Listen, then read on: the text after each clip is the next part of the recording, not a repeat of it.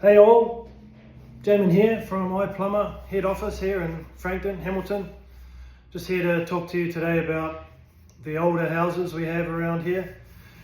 If you're lucky enough to be the owner of a house from the 50s or 60s or 70s, even older, then and even some of the 80s ones are still 50, 40 years old now, so they're getting up there, and there's a few things that can go wrong. Mostly, I would say the old drainage.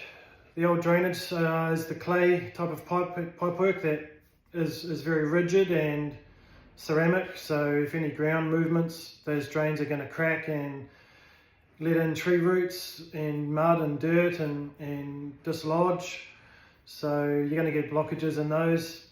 And if you do own a house of that sort of era, you'll be able to tell by the clay gully dishes outside instead of the plastic, a sort of an orangey colour, generally orange or concrete.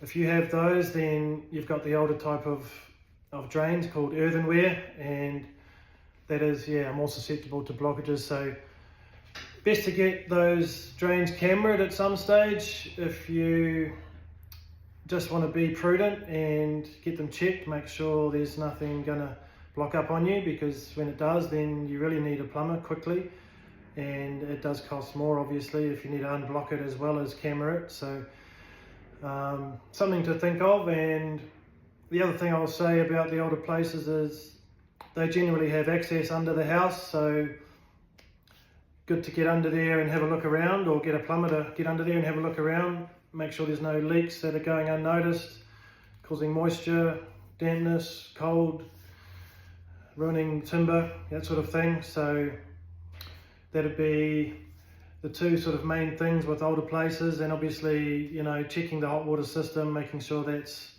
serviced, has a new anode, or it's not overflowing. You've got no corrosion happening under the hot water cylinder, or slow leaks that are sort of drying out but eventually getting worse. Checking your hot water temperature, making sure that's not getting too hot or too cold. Your thermostat might be going out of whack, your element might be sort of on its last legs, and just things like taps wearing out, toilets running. Break off a bit of clean toilet paper and chuck it on the back of your toilet, and if it gets wet, then you've got water running down there all the time. And that can be why your toilet sounds like it's got a mind of its own, it's filling up all the time.